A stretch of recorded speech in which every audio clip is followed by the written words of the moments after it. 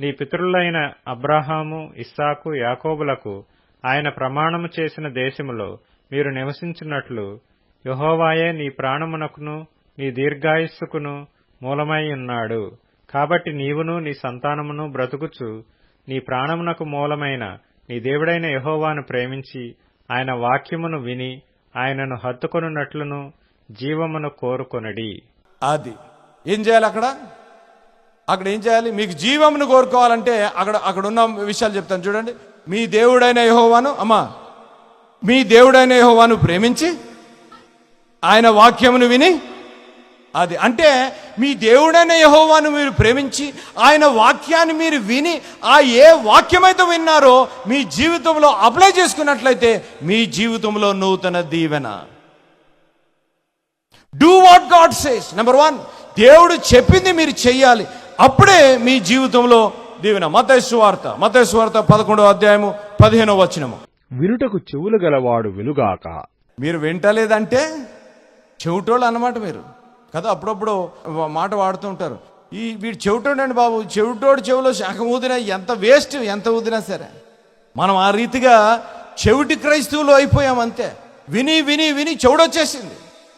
ఇలా ప్రసంగికులు ఇలా బాక్సింగ్ గారు ఏ సంవత్సరం వచ్చినా స్పర్జన్ గారు వచ్చినా వాక్యం చెప్తారు, మీరు అలా చేయండి ఇలా చేయండి అనేసి వినేసి వెళ్ళిపోతున్నారు. కానీ విన్న వాక్యాన్ని మీరు నమ్మటం లేదు, విన్న వాక్యాన్ని మీ హృదయంలో అప్లై చేసుకుంటం లేదు. కాబట్టి నూతనత్వం నీ జీవితంలో. చెవులు ఉన్నవారు వినును. నీకు చెవులు దేవుడు దయచేస్తే దేవుడు చెప్పే మాట, ఆయన చెప్పే మాట వినాలి. ఏమని చెప్తున్నాడు?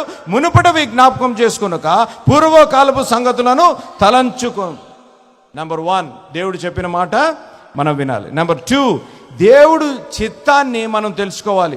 వి need to do what God says, do God's will. దేవుని చిత్తము మనం చేయాలి, మన చిత్తం కాదు. అందుకనే పరలోక ప్రార్థనలో ఉంది, నీ చిత్తము భూలోకంలో కూడా చెప్పేస్తాం కదమ్మా, చెప్పేస్తాం. పరలోక ప్రార్థన చెప్పేస్తాం. మనం అడుగుతామా, దేవా నీ చిత్తం నా జీవితంలో జరిగించు ప్రభువా. ప్రార్థన చేస్తామా, నీ చిత్తము నా జీవితంలో జరిగించు ప్రభువా అని ప్రార్థన చేసి ఎన్ని సంవత్సరాలు, ఎన్ని నెలలు, ఎన్ని వారాలైంది చెప్పండి. నీ 2025వ సంవత్సరంలో అడిగావా, ప్రభువా నీ చిత్తము నా కుటుంబంలో జరిగించు నాయన, నీ చిత్తము నా వివాహంలో జరిగించు ప్రభువా. ప్రభువా నాకు అర్థం కావటంలే, ప్రభువా నాకు ఈ బాధ తీరటంలే, నాకు ఈ కష్టం తీరటంలే, నాకు ఈ ప్రశ్నకు జవాబు రావటంలే, ప్రభువా దీనికి నేను చేసిన ప్రార్థన ఇంకా జవాబు రాలే. కానీ ప్రభువా నీ చిత్తము నా జీవితంలో జరిగించు ప్రభు. Let your will be done in my life. ఎంతసేపు మనం ఎంత మనము సెల్ఫిష్ పీపుల్ అంటే ఎంతసేపు ప్రభువా నాకు అది ఇది. ఎంతసేపు మా నాయనమ్మ ఒక మాట వాడేది, గొంతెలమ్మ కోరికలు అంట. ఏంటమ్మా కోరికలు? ఓ లిస్ట్ పెడతాం అంతే. ఓ డీ మాటో, ఇక్కడ మాకు అక్కడ వాల్మార్ట్ అని ఉండే డీ మాటో ఆ మాటో, ఒక్కొక్కసారి గ్రోసరీ చేస్తే ఇంత లిస్ట్ ఉంటుంది ఇక్కడి నుంచి ఇక్కడ దాకా. మన ప్రేయర్ కూడా అలాగ ఉంటుంది అనమాట. ఎప్పుడన్నా ఈరోజు 2025 సంవత్సరంలో మీరు చేయవలసిన ప్రార్థన, ప్రభువా నీ చిత్తము నెరవేర్చబడునుగాక.